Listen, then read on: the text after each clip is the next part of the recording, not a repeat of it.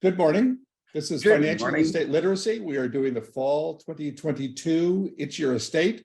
And tonight, the ever popular, tonight as it's in like 10 o'clock in the morning where I am, Michael Simon's going to be able to be here with us to talk about this.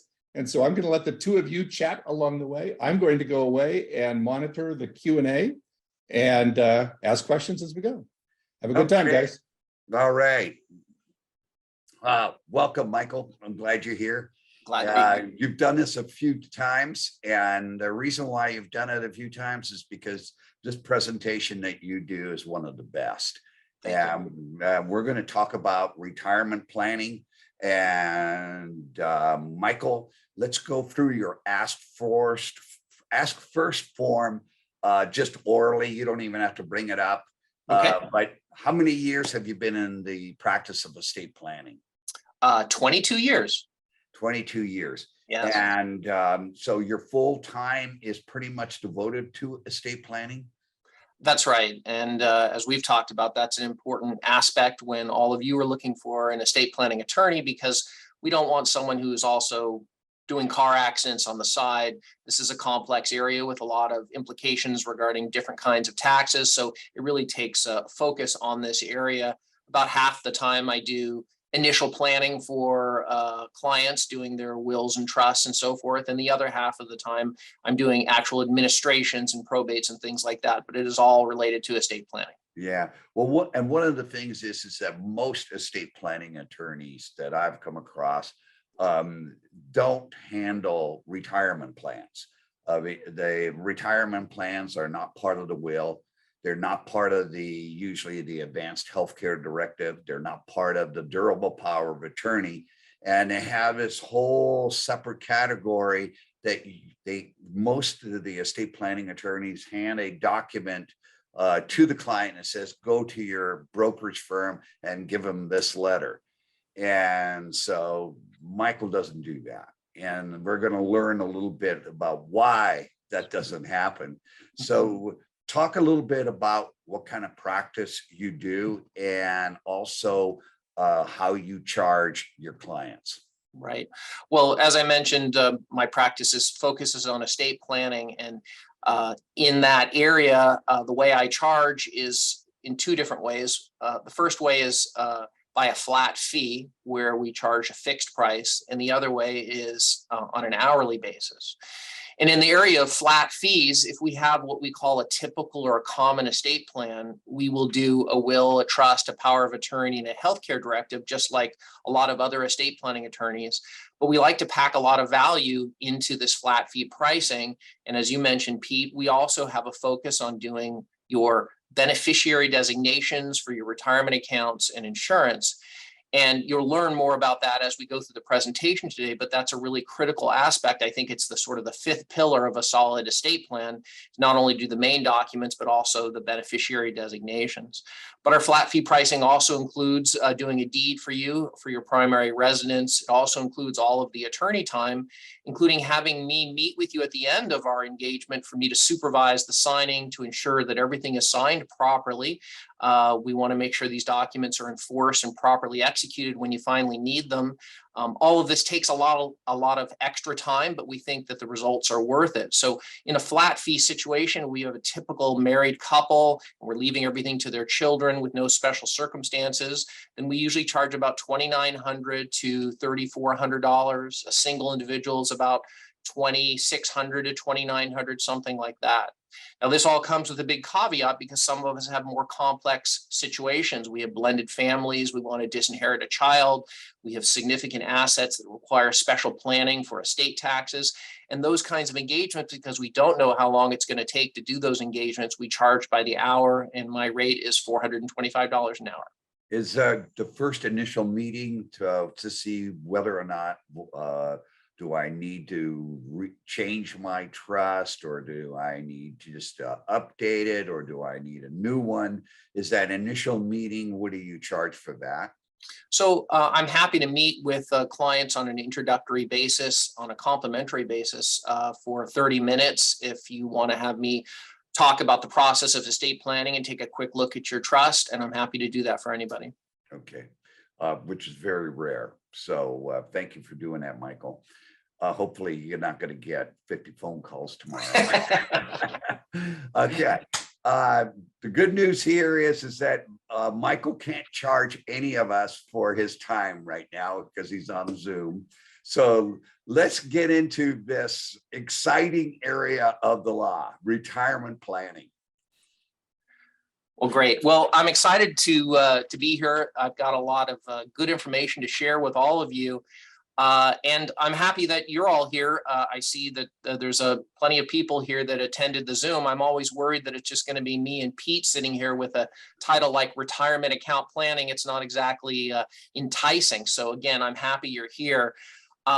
This presentation is really important and particularly timely right now because we've had a lot of significant changes in the area of estate taxes. Namely the Secure Act, and most recently 275 pages of additional regulations about this topic. So a lot of information is out there and a lot of rules have changed. So you're here to learn about it at a good time. The presentation that you're seeing on my screen now is available if you haven't already on the website. There was a link earlier and you can download all of my slides if you want to have them. And as Peter mentioned, as far as questions, feel free to use the Q&A. I can't find you, even though I'm an attorney, and I can't bill you. So go ahead and use the Q&A as much as you like. We're gonna. It's kind of like if you needed to be found and you went to the university, the university will find you. Well, let's talk about what we're going to learn about today. And we are going to talk about a number of items, including what the latest rules are for these retirement accounts. That includes, as I previously mentioned, the new Secure Act that was enacted in 2020, plus the brand new regulations that just came out this year. We're also going to talk about how you calculate your required minimum distributions. And if you don't know what required minimum distributions are or what RMDs are, then you're in the right place. We're going to take care of that and show you how to do it today. We're also going to talk about the important topic of choosing beneficiaries for these retirement accounts. We are also going to cover whether the stretch is alive or dead. And again, if you don't know if the stretch is alive or dead, perfect, you're in the right place because we're going to cover it today. And lastly, at the end of the presentation, we're going to talk about Roth IRAs. They are under a different set of rules, so we're going to set them aside and leave them for the end of the presentation. One of the best things about retirement plans is that Roth IRA, very underutilized. So look forward to talking about that. Perfect. Now, before we start to get in the material of the presentation, I do want to talk about what our vocabulary is here. And I'm going to use the term retirement account or retirement accounts. And what I'm talking about is your IRAs, your SEPs, your SAR-SEPs, your 401ks, 403bs, your 457s, pension plans, etc. All those things are what we're going to call retirement accounts. Now, as I just mentioned, the Roth IRAs do have a different set of rules. So when I refer to retirement accounts for this first part of the presentation, I'm really only talking about, again, your IRAs, 401ks, and 403bs. Now, why do we care about these retirement accounts? And again, your IRAs and 401ks? Well, the first reason is that the contributions that you get to make during your lifetime get an immediate tax break. And what I mean by that is that the contributions get to escape tax when we distribute them in there. So contribute them in there. So for example, let's say that you earn $50,000 and then you put $5,000 into a contributory IRA. Well, then we only have to pay tax on the $45,000 you earned instead of the whole $50,000. So again, you get an immediate tax break. The second, and maybe more important reason that we care about these retirement accounts is that the money, once inside that retirement account, gets to grow tax deferred. And that means that there's no income tax or capital gains tax paid each year on the money as it grows in these accounts. And I know we're in a rough market area, but generally over time, this creates a very significant compounding effect, which we really can't get in a regular taxable account. Now, then there's the issue is that, so how much has been contributed to these accounts and how much money is in there? Well, it's an incredible amount of money. $34 trillion as of the second quarter of 2022. So I'm going to repeat that number. $34 trillion are in these retirement accounts. So the question is, does Uncle Sam want a part of this? And the answer is yes. All the money that is in these accounts are what we call pre-tax dollars. Because remember, when you put your contribution into there, there was no tax paid. And as the money grew, all of the money inside and all the growth in that account has not also been taxed. So again, that's all pre-tax dollars. So the IRS does want to get their share, but do they get their share even after you pass away on these accounts? And the answer is, again, yes, they really want to get their share of the taxes. In fact, as we'll talk about a little bit later, the Secure Act, which is the new act that affects these retirement accounts, is going to speed up the ability of the IRS to get taxes out of these accounts for our beneficiaries who succeed to these accounts. And this last point on this slide, and related to everything I've been saying, is that these are not tax-free accounts. They're only tax deferred. The IRS is really going to get their share one way or the other. And we have to remember that when we're doing planning for these. Some people say the IRS basically has a mortgage on these accounts. And when you look at your value, and if there's $100,000, you should probably be thinking 60, because the IRS is going to get their share one way or the other. Now, Peter mentioned this in the introductory remarks, but this is a really important part of estate planning. And sometimes my clients have retirement accounts that are the largest asset they have in their estate, maybe even more valuable than their home. But in the estate planning process, this is often overlooked, the retirement accounts. People get focused on doing their will, their trust, their power of attorney, and healthcare directive, and they forget about this fifth pillar of a good estate plan, and that is dealing with these retirement accounts and the beneficiary designations. And that's what we're going to talk about later in this presentation. So the takeaway here is estate planning needs to address these retirement accounts and the beneficiary designations. Now, with that in mind, we are going to talk about rules during life and how these retirement accounts are treated during your lifetime as the owner of these retirement accounts. So the first rule I want to talk about is the rules during life. And the first rule is, if you are under the age of 59 and a half and decide that you want to make a withdrawal from these accounts, there is something we call an early withdrawal penalty. And that penalty is a cumulative amount of 12.5%. Now that's 10% federal and 2.5% state. But remember, this is in addition to the regular income tax, because again, no tax has been paid on the money that's inside these accounts. So what happens is, if you make a withdrawal, you have to pay your regular income tax, and let's say that's 30% federally and 10% state, and then we have to add the 12.5% penalty on top of that, which then would give us a cumulative penalty of tax of over 50%. So watch out for this. This is not a great way to use our retirement account funds and suffer these penalties. Now you do get what's called a 1099-R at the end of the year or the beginning of the next year, showing how much you took out of the retirement account. And if you're under the age of 59 and a half, then we have to add the additional penalties.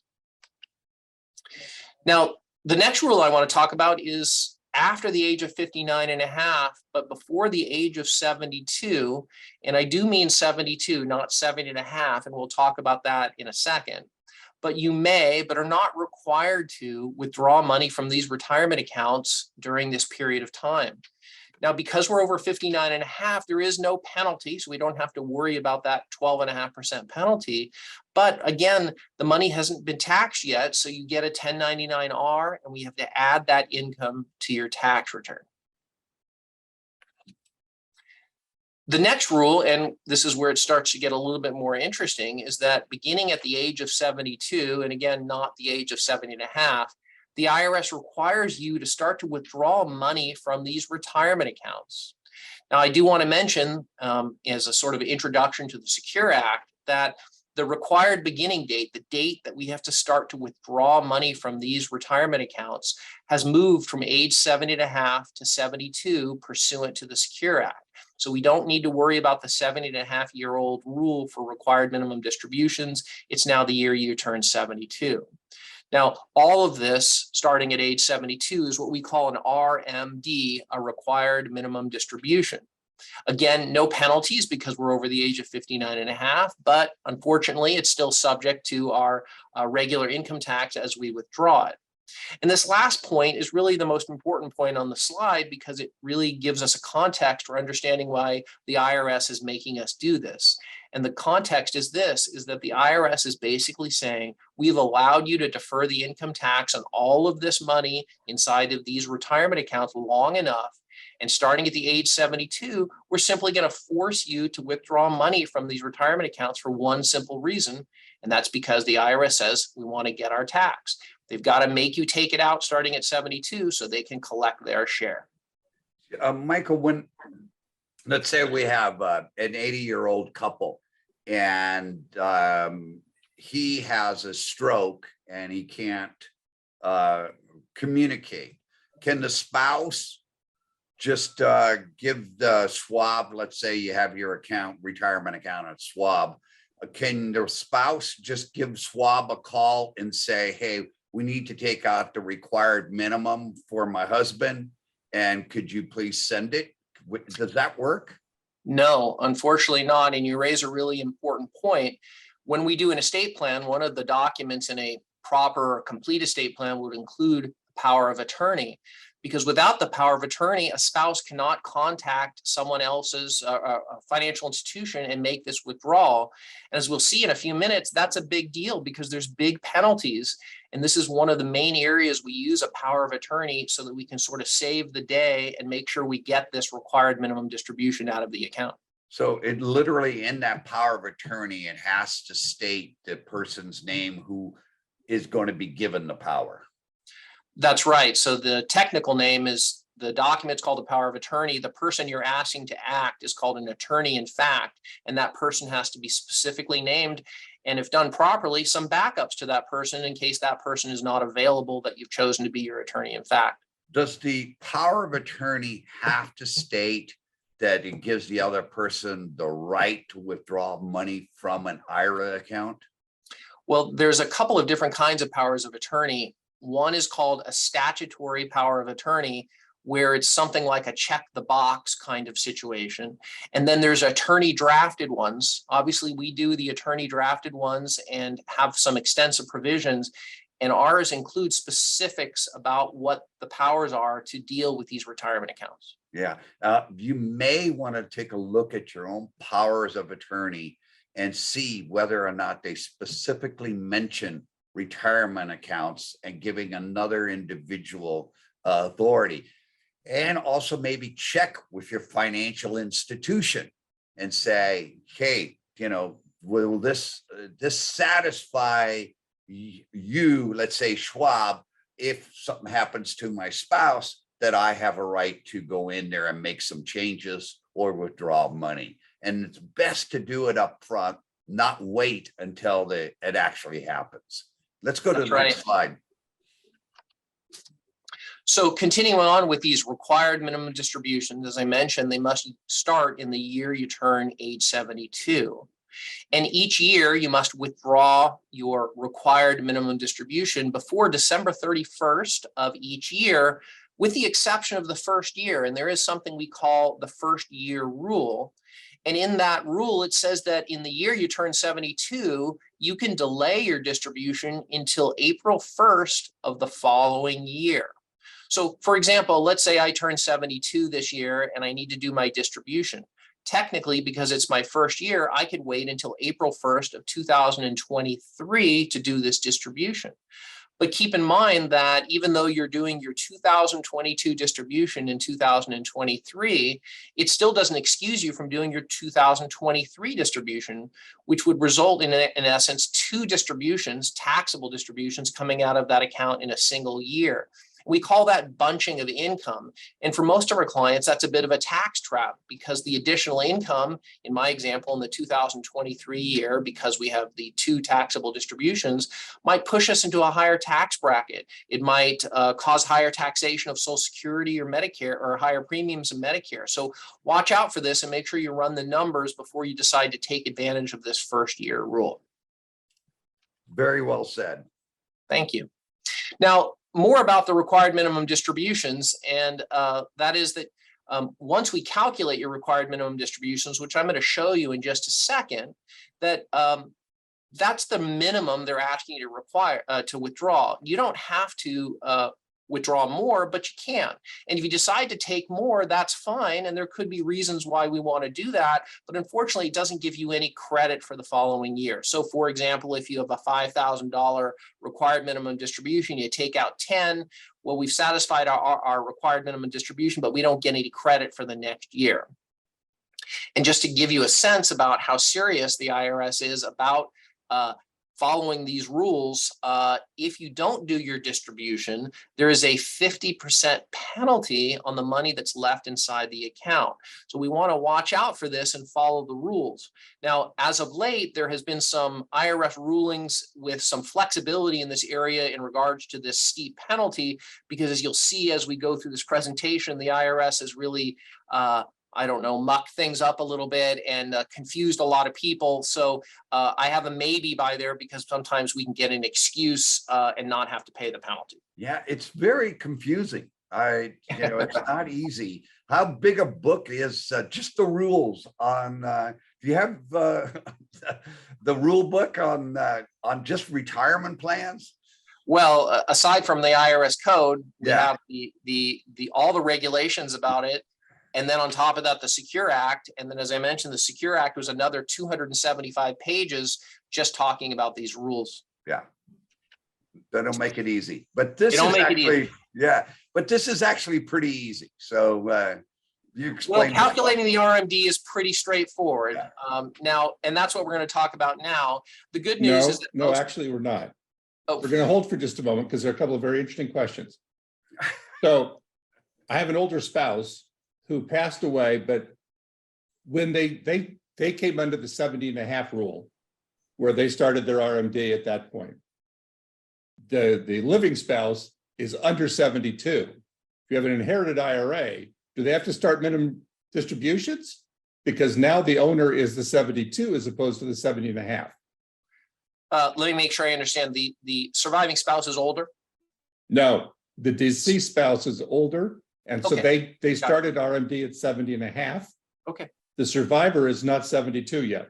Yes. So I'm going to make an assumption here that when the first spouse passed away, and we'll talk about this rule in just a second, that they took advantage of something called the spousal rollover rule.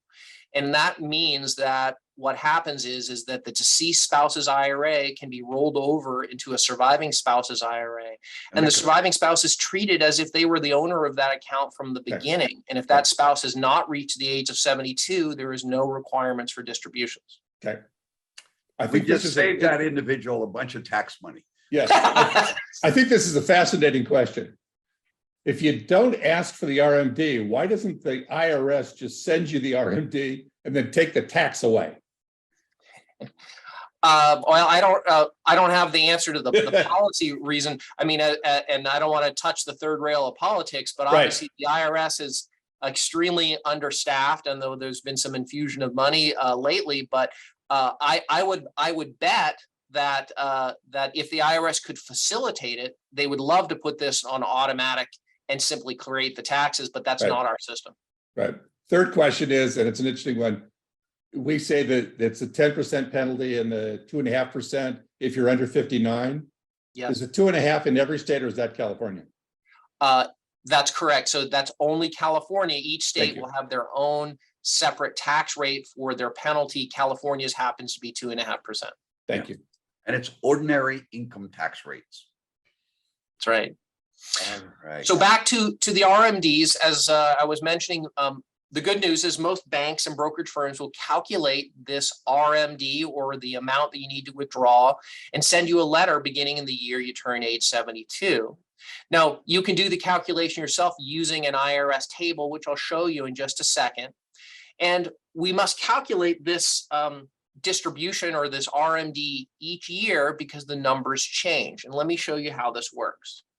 This is the RMD calculation. As you can see, it's relatively simple. We simply take last year's December 31st balance, and we divide that by a life expectancy divisor or a factor that we get from an IRS table, which again, I'll show you in just a second. And that's how we get an RMD. Let me give you an example. Let's say, again, I'm turning 72 this year. This is part of this uniform table is what the IRS publishes, and it indicates that if someone is age 72, their divisor is 27.4. If I take that 27.4 and plug it into my calculation, and I'll use a hypothetical December 31st of 2021 balance of $100,000. Let's say that's my IRA account. The factor from the table of someone turning age 72, I divide those numbers, and the IRS is telling us that our required minimum distribution is $3,649.64. Pretty easy, not much to it.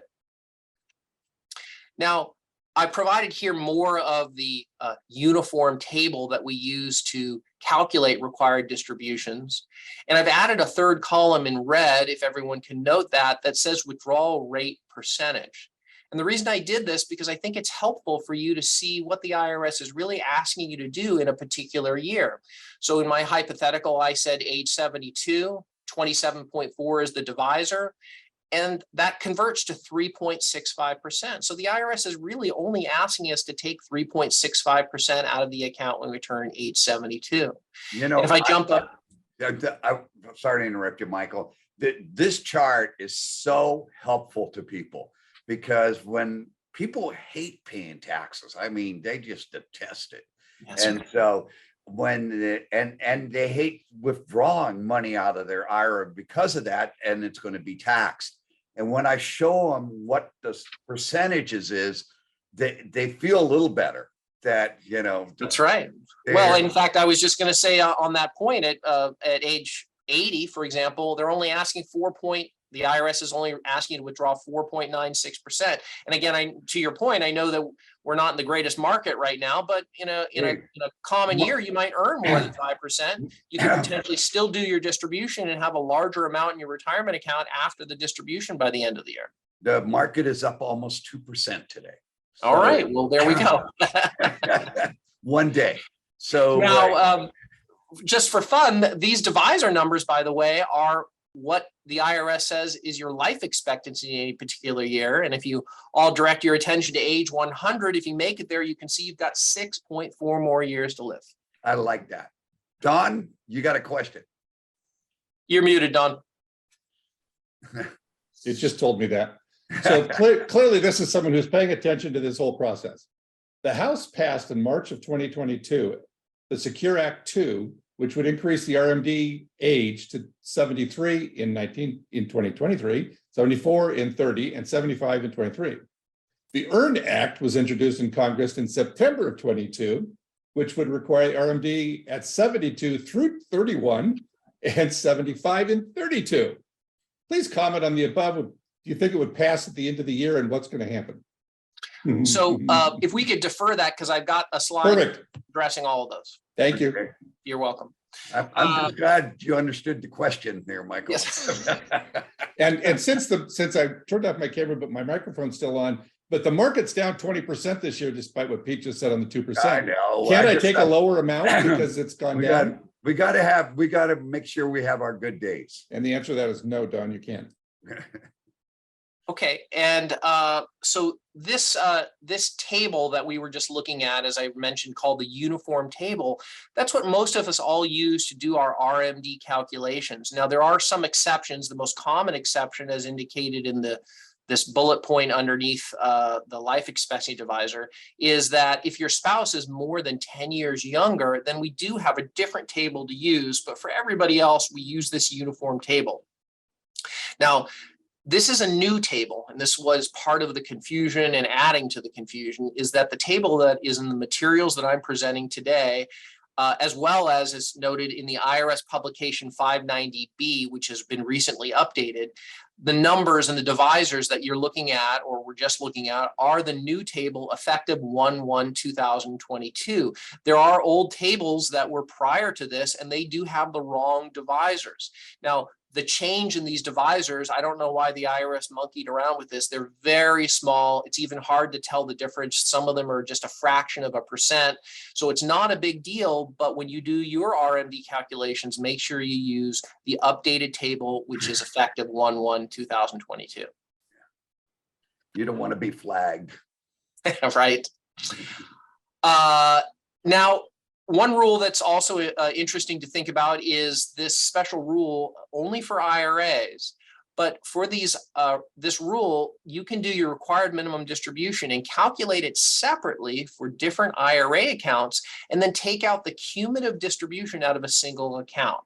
So for example, let's say that we've got two accounts. One has cash in it, an IRA, and a second IRA account that's all filled with stocks.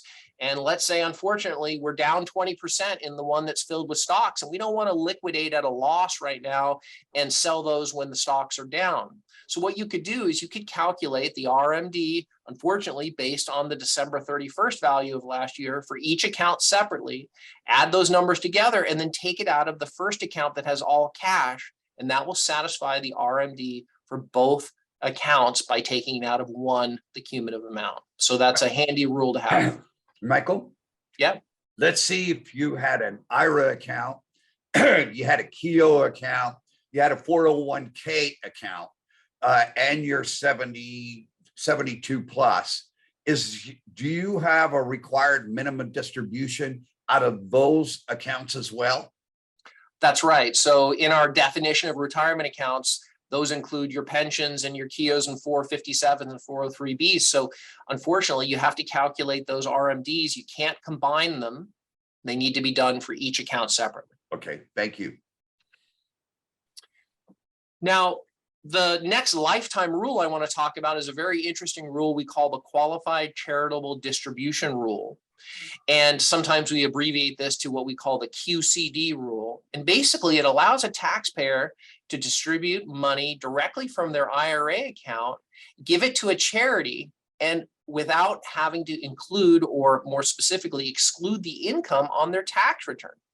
Now, this qualified charitable distribution rule has had sort of a rocky past over the last decade. It's expired and then put back in the law and made retroactive and went back and forth. But now it is permanent as part of the tax code, as permanent as our tax code can be. And as you'll see in a minute, this is a really interesting rule for most of us because more consideration needs to be given to this rule because of the way that the tax laws are under the most recent tax law changes. So let me explain. The best way to explain this qualified charitable distribution rule is to understand how this worked without the rule. And without the rule, what someone would do is they would take money out of their IRA account. They would give it to a charity, but because it came into their possession and we didn't have the qualified charitable distribution rule, they would have to add that income to their tax return in something we call their AGI, or adjusted gross income. Now, the idea then was that they would give it to a charity and then have an offsetting charitable deduction, and we would break even. But unfortunately, that's not the way that it worked without this rule. And more, as you can see, let me explain. One way for us to do our taxes is to itemize all of our expenses and deductions, including charitable deductions. But many of us don't itemize, and we take something we call the standard deduction, which is a fixed amount. And for those of us who take a standard deduction, we don't get a charitable deduction.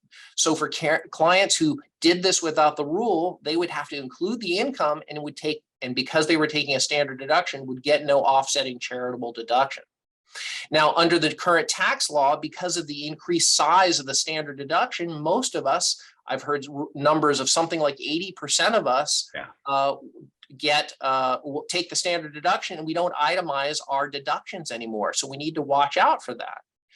In addition to that, even if we got a charitable deduction, we still had to include this income into our tax return, which affected things like Medicare premiums and Social Security and other deductions. So this caused quite a mess, and that's why they created the qualified charitable distribution rule, because it solves all the problems that I just went over in the previous slide. And specifically, the distributions are not included in your income. They are excluded. So all the problems about charitable deductions and Medicare premiums and Social Security don't apply anymore. The distributions, interestingly, this is the second subpoint here, is that the distributions count for your required minimum distributions. So let's just think about that for just a minute. You perhaps write a check to, let's say, Chapman University at the end of the year for a donation, or the Heart Association. And if we do that, maybe you write it out of your checking account. Why not do it out of your IRA account? You can take the money out of the IRA account as a qualified charitable distribution, have it sent to Chapman or the Heart Association or American Cancer Society, whatever your choice is. And not only does it not get excluded from your income, but it also potentially satisfies all or part of your required minimum distribution. A great deal. Yeah. It's the issue right now is if you're 70 and a half, you make charitable donations and you have an IRA, but there has to be a good excuse not to take it out of your IRA. Yeah, that's This right. is the way to do it. It saves you money. Charities don't pay any taxes. So when they receive it, it's 100% of the monies that they get to use for their mission. It's just a wonderful way to make charitable gifts if you're 70 and a half. Agreed. So let's talk about the rules briefly for these charitable, qualified charitable distributions. You can't do more than $100,000 out of your IRA to a charity in a single year. But you can do as little as you want. So you can do $1,000, $100 if you wanted to. You do have to be 70 and a half or older, and that isn't a typographical error. We think that maybe they missed this one and forgot to move it to 72, but technically you can start these at 70 and a half if you want to. Distributions must be made directly to the charity, with a caveat. The check has to be made out to the charity. Yeah. You could have it mailed to you if you wanted to and deliver it to the charity.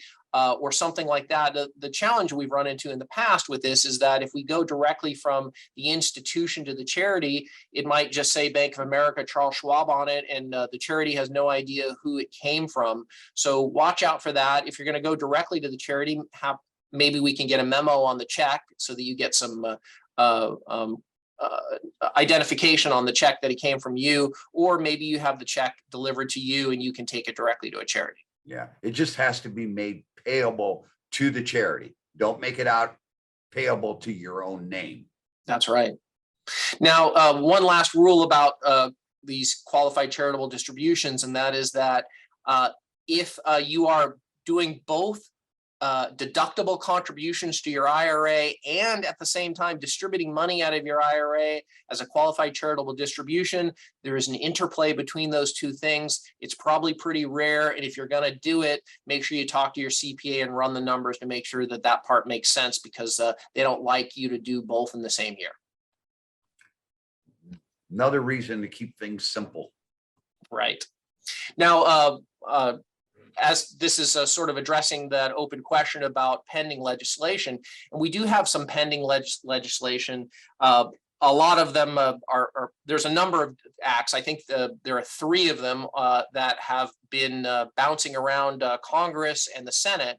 I call them all Secure 2.0, and they are talking about making changes, as the question that was posed earlier indicated. One of those interesting changes are whether they're going to raise the required beginning date to age 75. So that's an interesting one for all of us. More flexibility for qualified charitable distributions. Some of the acts or potential legislation have some exemptions from doing RMDs altogether. If there is a certain dollar amount that is in the account, a low dollar amount, or maybe you have low assets outside of your retirement account, there might be some excuses. And perhaps a lot more in these different acts, contribution opportunities for Roths, for employees at 401k plans, and so forth. So there are a number of different legislation going around, and I'm not silly enough to make a prediction about whether all these are passed. There is a lot of bipartisan support for this. And so our hopes are high. It's just a question about whether they're going to get to it and whether they'll do anything with it, especially with the election coming up in November. So as far as a prediction of whether it's going to pass before the end of the year, I have no idea. That's my answer. Good answer. You want to go to the other sort of pending legislation, although I think it's pretty much dead now, is that there was a lot of interest by the congressmen and senators about large retirement accounts, and there was some interest in perhaps putting an excise tax of 50% on people who have retirement accounts over $10 million. And there was a lot of anger about, I think, the PayPal executive who used some Roth techniques to get nearly 5 billion tax-free dollars into his IRA account, and they wanted to try to penalize him in some way, but that seems to have lost some political wins, and we haven't heard much about that lately. So that is the ending of the first part of my presentation about how we treat these accounts during lifetime, and now we want to talk about choosing beneficiaries for these retirement accounts and how those accounts are treated after you've passed away. And I don't know where everybody is. If you're in a Starbucks, go and order a shot of espresso right now, because the IRS doesn't make it easy for us. And these rules, they've made things complicated, and even more complicated after the Secure Act. The best way, I think, to approach this topic about beneficiary designations and how these accounts are treated after death is for us to understand a number of concepts that I've put together. And so I'm going to go over these concepts. And I think if we all understand these concepts, you'll better understand how this process works after you pass away. So the first concept I want to talk about is that during your lifetime, you get to pick beneficiaries for these retirement accounts by filling out this beneficiary designation form with the institution that holds your retirement account. Now, I have written in there beneficiary designation form because I actually mean the paper form. I think this is important. I know that a lot of institutions and employers want you to fill these out online. I'm not so crazy about that idea. I like to do them by hand on paper. And more importantly, because of the different ways that the forms do things, we simply supersede the forms at our firm, and we, instead of using the form, we stamp where it says who's the beneficiary, see attached, and we make a customized designation so that we can be consistent with all your retirement accounts and override what some of the language on the form might be. So this is a complicated area, and we need to watch out for these forms because sometimes they provide for things that we are not expecting. Now, the good news about these forms is that if you do fill one out and you put a beneficiary in, that this is a contract to pay at death, and it avoids probate because the contract, or sometimes we call it a POD, payable on death, or TOD contract you have by filling out that form, the institution is required to follow your directions on what you wrote on the form. You can also change this form anytime that you want to. There were rules prior to 2002 that limited how many times you could change it and who you could put in. Those rules are no longer in existence. But the third subpoint is the most important point, and maybe one of the most important points of today. And that is that this beneficiary designation form that you fill out controls what happens to your retirement account, not your will and not your trust. So you could theoretically have a trust and a will, and they could appoint your children as beneficiaries, and you could fill out a beneficiary designation form naming your sister, and your beneficiary designation form supersedes your will and trust and controls, again, what happens to these accounts. And sometimes there's a misunderstanding that commonly that if you do your will and your trust, somehow you have taken care of your retirement accounts, and that isn't the case. We need to also do these forms. By the way, when you're doing your estate plan, many individuals are still concerned with an inheritance tax or estate and gift tax, and those numbers, as far as minimum amount that you have to have before you pay the tax, have risen quite high. And so those aren't an issue any longer. But income tax issues is prominently now an issue, because when you withdraw that money from an IRA, the person who withdraws, your beneficiary, that person has to add that amount to their regular income tax. So there's a lot of planning that needs to take place if you want to be tax wise about it.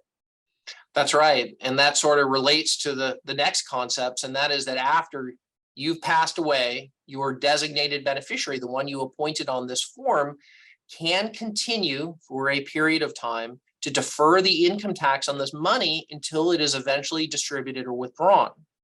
Now, the IRS still wants their share and requires your named beneficiary to withdraw money from these accounts, again, so the IRS can get their share. The fourth concept is, and this is sort of what Pete is referring to, is that from a tax standpoint, it would be preferred that your beneficiary avoid taking a lump sum distribution from your retirement account, because they lose this potential tax deferred growth after you've passed away. Plus, they're likely to pay higher taxes if they take the lump sum all in a single year. All of the money is in that single year, and they may pay the highest tax rate if it's a significant amount of money. Now, the fifth concept is that generally, the strategies try to make the beneficiary's withdrawal period as long as possible. And before the Secure Act, we could often do something we called stretching, and we could create literally decades upon decades of deferred growth. But the Secure Act threw a wrench into that planning. Now, I see Don on the screen. Do we want to interlude with a question? So just to be clear, when we say the beneficiaries pay on death effectively, it doesn't mean they're going to pay them the money. It means they can then move it to a different account. That's right. So otherwise, we're not causing a lump sum distribution by saying pay on death. That's correct. And that I'm glad you're clarifying that. And I'll just briefly review the process. If, for example, you named your children as beneficiaries, as designated beneficiaries of your retirement account, and you passed away, what technically happens is that each of the children would open up something called an inherited IRA. And because you filled out that beneficiary designation form and designated them, they have the opportunity then to move their share into each of those inherited IRA accounts. And then at that point, they get the potential to either defer it or withdraw it. And that's what we're going to talk about now. However, first we're going to ask a question that backs up a little bit. To satisfy my RMD after 72, can I do a Roth conversion for the RMD amount due, the RMD amount due, since it's taxable and considered a distribution? You're going to have to repeat the question. Can I use the money from my RMD to open up a Roth IRA? The answer is basically no, with a caveat. You have to have earned income to establish a Roth IRA. The income that comes out of your RMD is not considered earned income. It's taxable, but it's not earned. That's correct. Having said that, if you have other earned income and perhaps you've spent it, you could certainly use that money as cash to contribute, but you still have to have the regular earned income. And if you wanted to convert, and we're going to talk about that in a little bit, there are ways to convert a regular IRA into a Roth, but that'll come in towards the end of the program. That's right. Okay, so what about the Secure Act, and why can't we stretch anymore? And the unfortunate rule is that beginning really in the year 2020, the Secure Act put an end to our stretching, where we could go for decades and decades of deferring the income tax on this. So to answer my question posed earlier, is the stretch dead? And basically the answer is yes, the stretch is dead. And the Secure Act requires that in most cases, and we'll talk about exceptions in a second, that we need to distribute these accounts within 10 years of the account owner's death. Now, this sub point here is a little bit complicated, and we all basically understood the rule in the Secure Act that starting after the Secure Act that we would have 10 years to withdraw the money, and we could do anything we wanted during that 10-year period. But in the new regulations, the Secure Act regulations that came out this year, they have indicated that if the owner of the account was over the age of 72, that we would also need to take required minimum distributions during that 10-year period, with the cap at the end of the 10-year period, making sure that the account is opened. And if that sounds complicated, it is. And a lot of people are surprised that this is the rule, but the takeaway from all this is, as we stand here today, according to the new proposed regulations, there's a 10-year cap in most cases. And if somebody was over 72, they also will have required minimum distributions during that 10-year period. At the rate that the deceased had? So the answer is it's going to be over the beneficiary's own life expectancy using an IRS table. Okay. Which is a different table than Yeah. Which is a different table. Fair enough. And in fact, just a few weeks ago, because no one understood this for 2020 and 2021, the IRS has issued a notice saying that they will forego the 50% penalty if you goof this up. And I shouldn't say if you goofed it up, the IRS goofed it up for you. Well, and this is a good time to mention that if you have a large IRA account or a substantial IRA account, tell your beneficiaries that they need a CPA or attorney advice who's familiar with this area as to how best to transfer that IRA asset, or the 401k or the 403b. It has major tax consequences. And so that it's not intuitive. You've got to know the rules on this. So this is where you get professional help. Agreed. So with this 10-year rule in mind, there are some exceptions. And these exceptions are for certain individuals, which the IRS has called eligible designated beneficiaries, a sort of higher level of special beneficiary. So exceptions to the 10-year rule, I've got them noted here. We've got surviving spouse, a child of the taxpayer who's not reached the age of majority, which the IRS has recently told us is 21. Also, exceptions to the 10-year rule are a disabled or chronically ill individual, or you can name an individual that's not more than 10 years younger than you and also not be subject to that 10-year limitation of the Secure Act. So with all this in mind, you can see that the rules and options for distributing these retirement accounts after you pass away depends on how you filled out that designated beneficiary form. And that's why the selection, as Peter mentioned, of picking beneficiaries for these forms is so important. And that's what we're going to talk about now. So I have come up with 5 classes or categories of beneficiaries, and we're going to go through each of them and talk about the advantages and disadvantages of each one. So for example, I've got here listed as categories: spouses, children, grandchildren, or other adults. Trusts are possible beneficiaries. Charities are possible beneficiaries, or maybe some combination of the other 4 will make sense for us. So I'm going to start out with talking about, for those of us who are married, naming a spouse as a beneficiary of a retirement account. And again, the idea here is that we're filling out that beneficiary designation form and we're indicating the spouse as the primary beneficiary. Now, what are the benefits of doing that? Well, one benefit is that the money is available to the spouse immediately. As I just went over, spouses are not subject to that 10-year limitation rule, so that's good news. And I referenced this earlier also, there's a special rule we call the spousal rollover rule that our married couples can take advantage of. I've got a little diagram here to sort of illustrate what it would look like. So let's assume that you have an IRA account and you've named your spouse as a beneficiary and you've passed away. Our spouse could establish a brand new IRA, as I mentioned earlier. They could then move all the assets from your IRA into their IRA. And at that point, it is as if they had the account from the beginning. They can name new beneficiaries. As we mentioned earlier, if we have a spouse that is younger and not subject to RMDs yet, they don't have to take RMDs. And in fact, another interesting benefit is that the Supreme Court a few years ago said that there's some extra creditor protection by doing what we call this spousal rollover. So it's a lot of interesting benefits to using this technique to do a spousal rollover.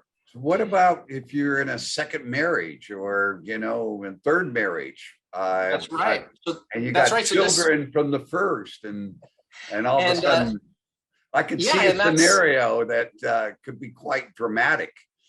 That's right. And so this idea of naming a spouse as the primary beneficiary and doing a spousal rollover doesn't work for everyone.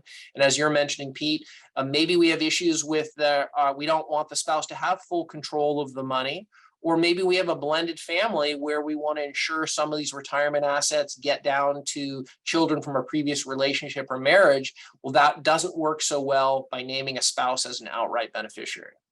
Yeah. Sometimes money can cause some issues. That's right. So the next category of beneficiaries is possibly naming children, grandchildren, or other individuals who are adults as beneficiaries for those retirement accounts. So now, as I mentioned in the Secure Act slide, it is theoretically possible to name a child as a beneficiary, and then they do get an exception to this 10-year rule. I do want to say, by the way, the exception is only until they turn age 21.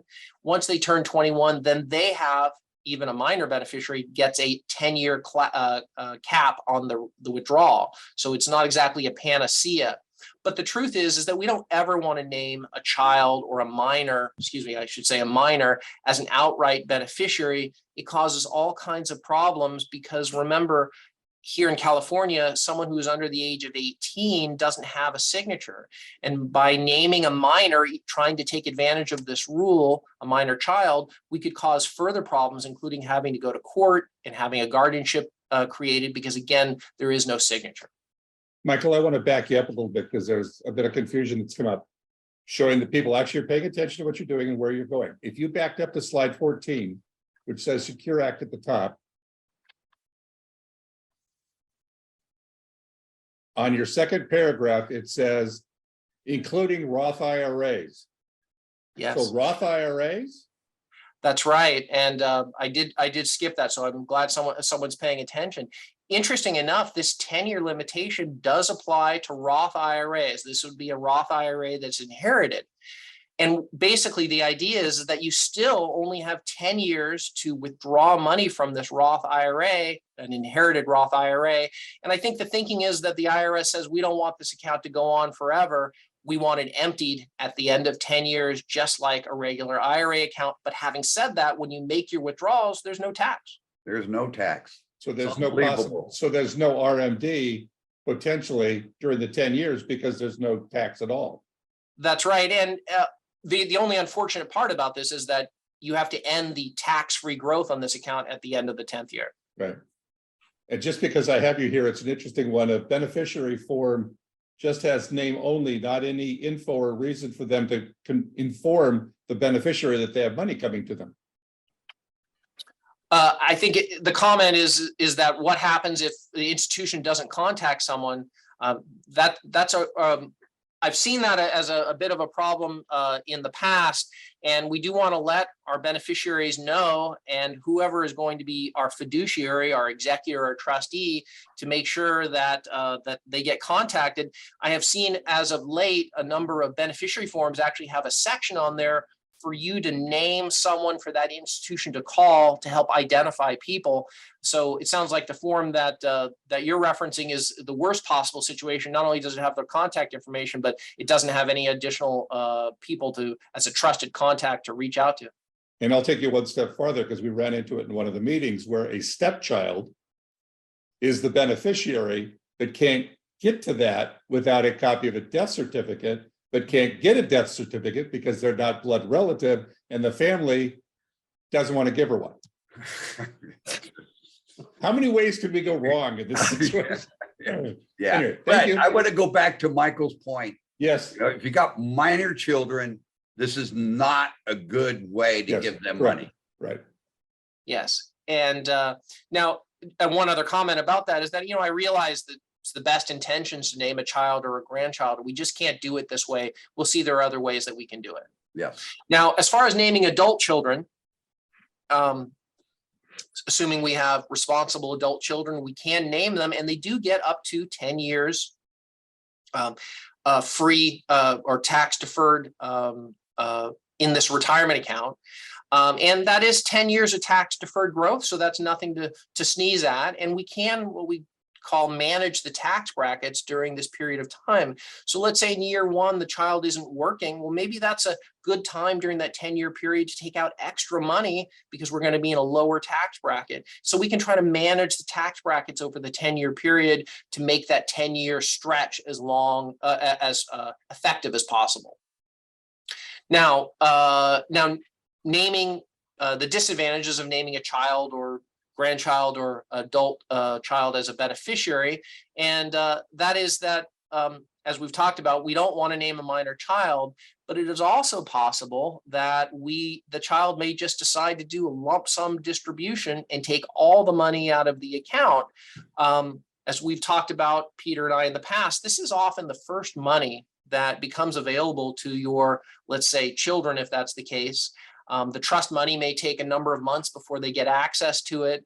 But the IRA, with just a death certificate, if we have a child named as a beneficiary, death certificate takes about 7 to 10 days to get. And at that point, there's a lot of fancy looking cars down on Pacific Coast Highway, and they're red and shiny. And you spent your whole life saving this money, and there might be a new Ferrari on the streets. Well, and just to defend the beneficiary just a little bit, is that they're not aware of the tax consequences because nobody has talked to them about this IRA account.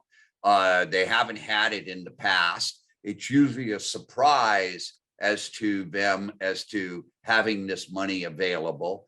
And so, but again, highly recommended your beneficiary talk to their CPA or tax person first before they make a withdrawal.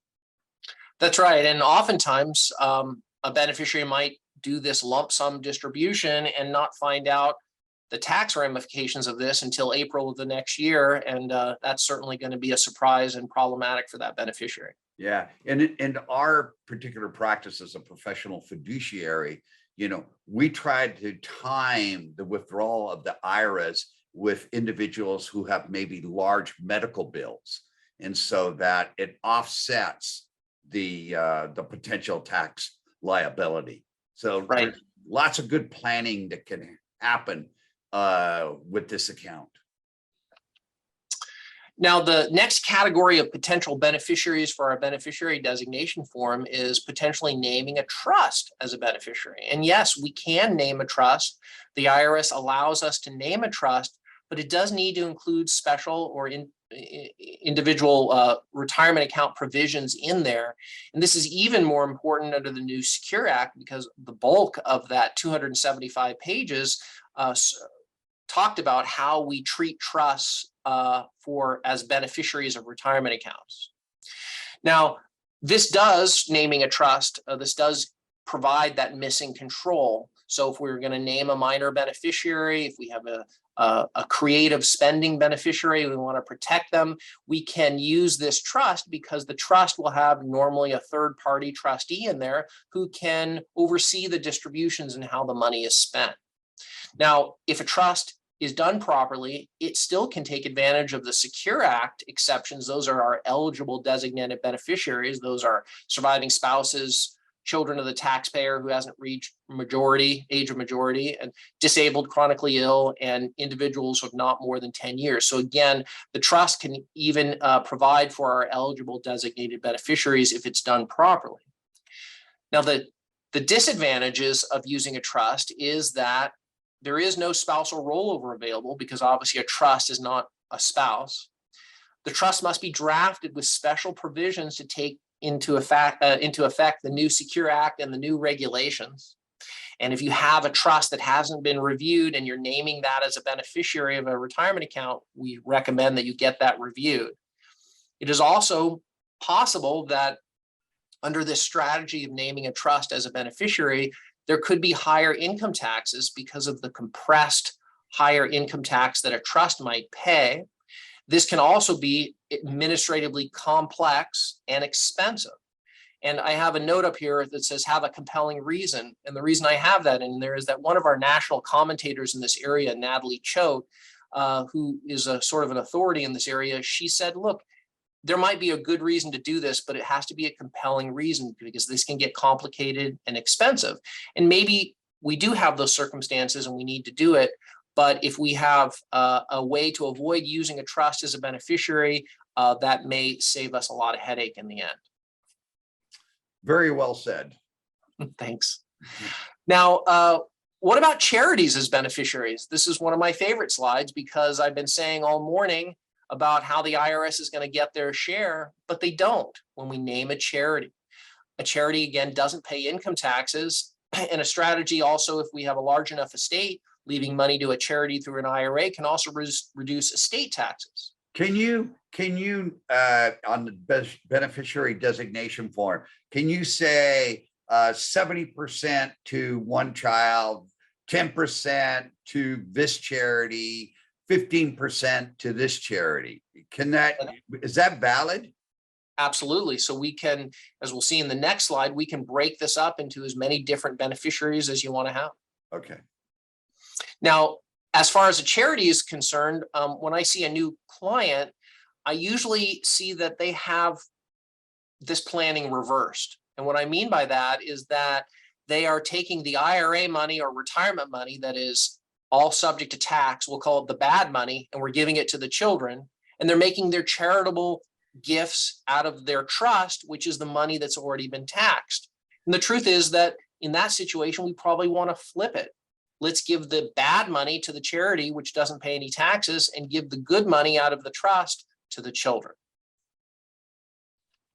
And to your point, Pete, there's lots of planning we can do with these different designations. We could take a large IRA and name multiple beneficiaries on the same beneficiary form, part to charity, part to a grandchild, part to a trust. We can do it all. Or some people will break up IRAs for strategic reasons and have different IRAs with different beneficiaries. So lots of options for planning for beneficiaries here. Yeah, but please do it if you have a compelling reason. And you want to keep it as simple as possible because you want to maintain control over your money and where it is. So don't make it any more complex than it needs to be. Now, we've mentioned the Secure Act, and I want to talk for a minute about how we might respond to our new sort of reality of the Secure Act. As I mentioned, we might consider just accepting the taxes, but maybe manage the tax brackets over that new 10-year limitation. Some commentators and advisors are looking at the possibility of using a charitable remainder trust. That's a kind of trust where you could leave your IRA to that or retirement account to that trust, and then the charity gets the remainder, but there's income payments during the lifetime of our beneficiaries. So that's a possibility. I've had some clients who are buying life insurance to help pay the large amount of tax that they're expected to owe on the retirement accounts. We can look at possibly doing Roth conversions, which we'll talk about in a minute as a strategy to respond to the Secure Act. As I just mentioned, giving it to a charity certainly solves the problem. And lastly, I know nobody wants to talk about it, but you could just spend the money. That's another way that we could solve this problem. Heaven forbid. We have a little less than 15 minutes, Michael, just so you're aware of the time. Okay. So as far as mistakes, this is a slide that I think is really important, and I've seen people come into my office with these same mistakes, and we want to try to avoid making these mistakes. So our first mistake we want to talk about on these beneficiary designation forms is not naming a beneficiary. Please don't do that. And some people just forget. Some people don't want to do it. But when we do that, unfortunately, if the account is large enough, we're going to end up in probate because the form was blank. And the same result for writing in the beneficiary form, my estate. I think people do that with the thought that maybe it identifies their next of kin, but it doesn't. It doesn't have a legal significance. It's like leaving it blank, and we've got to go to court again generally. We've already talked about the mistake of naming a minor beneficiary. We don't want to do that. Another mistake is not naming both primary and contingent beneficiaries on these beneficiary designation forms. There is a part for us to name our primary beneficiaries and then secondary beneficiaries, which we call contingents. And this is important because life sometimes doesn't go as we planned, and we need our contingent or backup beneficiaries. But also, it is possible that we can do something we call post-mortem estate planning, and that is after you've passed away, maybe our primary beneficiaries don't need the money or want the money, or there's some reason we don't want to get the money to them. We might be able to bypass them and get it to our contingent beneficiaries, but that kind of planning can't be done unless we've thought about our primaries and contingents and filled out the form as such. Now, the next mistake I see often is not keeping beneficiary designations up to date. It isn't that uncommon where I'll see a new client come in who has a spouse from 2 or 3 marriages ago named as the beneficiary. We obviously want to keep these things up to date. Another mistake is not keeping the records of our beneficiary designations. And what I mean by that is that there's been a lot of mergers and acquisitions of banks, and sometimes these beneficiary designation forms have been lost. What happens then when they can't find them? It's a he said, she said, and unless we have some proof, it's as if there's no designation. So what we do with our clients, as we talked about, is we have our clients come in with their blank forms. We do a schedule and help them fill them out. And then when our clients get them to the different institutions, we make sure that they get a letter or a confirmation that the beneficiary designation is on file, and have them keep that confirmation letter with their other important estate planning documents. If you have beneficiary designations already done, you can call your institution now and just ask for the confirmation letter, and you'll have something in your files to confirm that it is on file with them. Yeah. And, and people change jobs much more frequently than they did before. So some people have a 401k.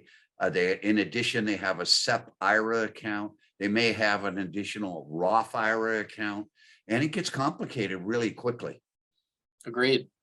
And the last point or sort of mistake is to make sure that we are, and we've covered this, that we're thinking about the income tax issues when selecting beneficiaries for these retirement accounts. Now, with the few minutes left. However, before you go into Roth, and I will be brief, if in California, if the spouse does not put in the other spouse as the primary beneficiary, is there a problem? Because in California, aren't we community property and all those things? Does the other spouse have to sign off?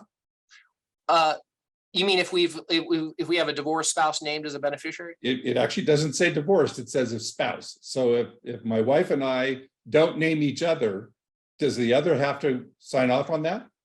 So the answer is yes and no. And, okay. It depends.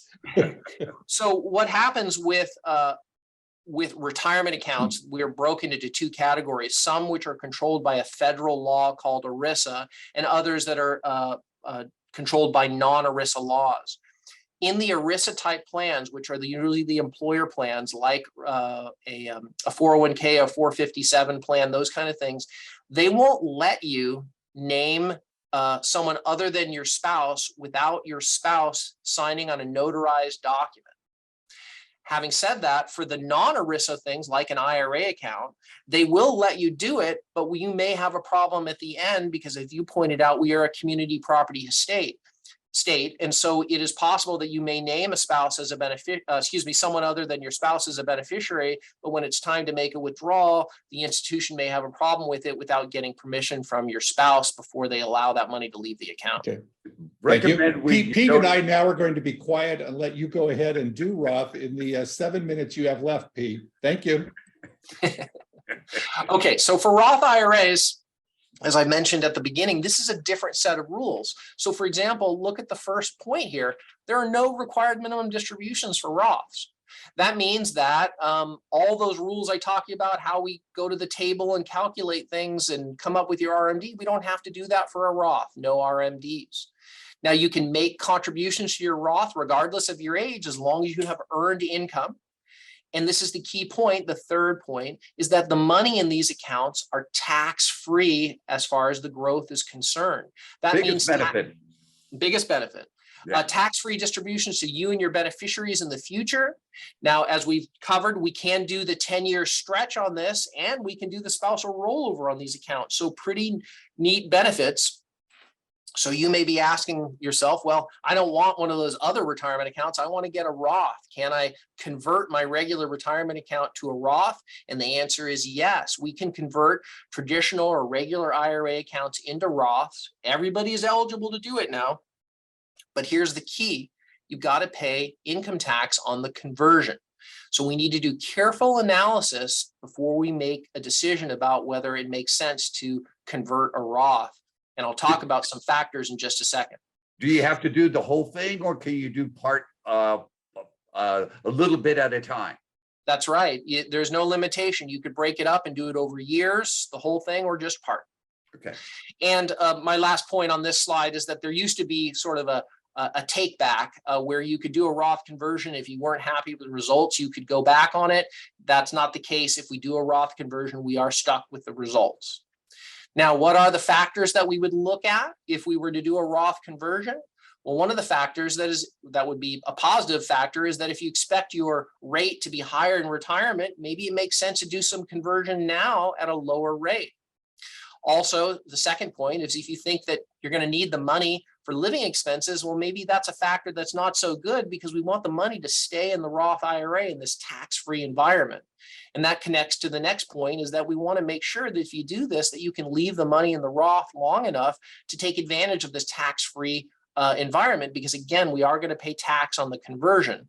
And that leads to maybe the most important point when looking at a conversion, and that is that you need to be able to pay the conversion tax from separate funds. And what I mean by that is, let's say there's a $100,000 IRA account and there's a $30,000 tax bill. We want the $100,000 to end up in the Roth account, not the $70,000. So we need to pay the tax from a separate place so we can get the full amount over. The numbers don't really work if we pay the tax out of the account that's being converted.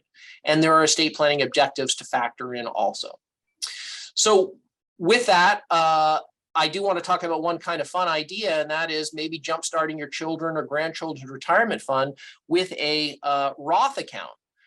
If your child or grandchild is earning some money, maybe they're working at the sandwich shop or something like that, and they have earned income of up to $6,000 a year, you could make a gift of $6,000 into that account and think about how that's going to grow over time in this tax-free requirement environment. Over 59 and a half, all the withdrawals are tax-free. Under 59 and a half, we can pull out money from the contributions without paying any taxes or penalties.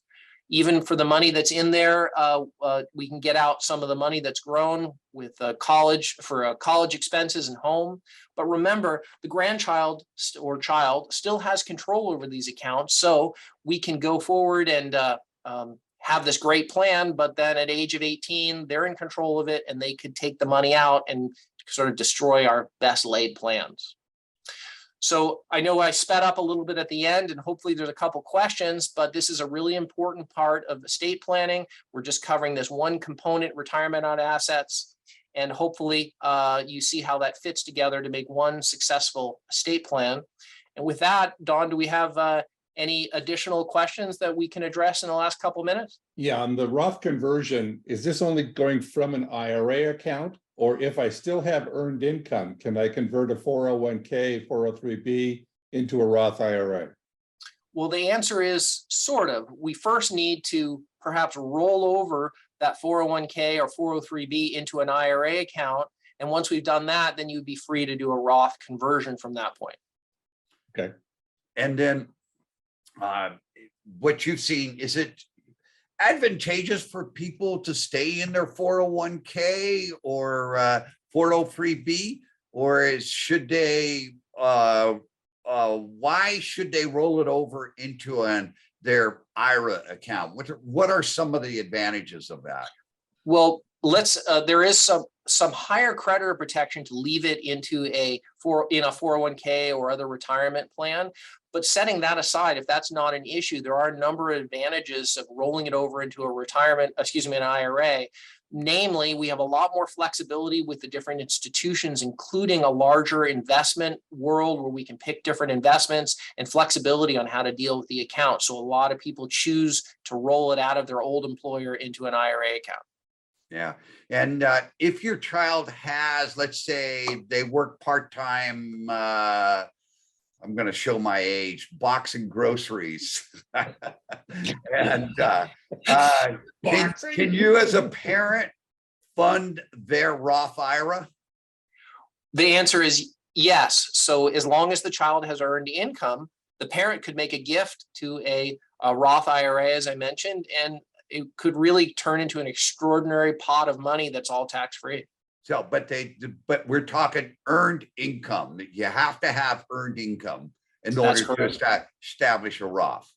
Right. Some other questions, Don? A couple of them. Do I have to do an RMD in the same year that I do a Roth conversion? Yes. Well, I mean, presuming that the participant is already 72. Yeah, okay, yes.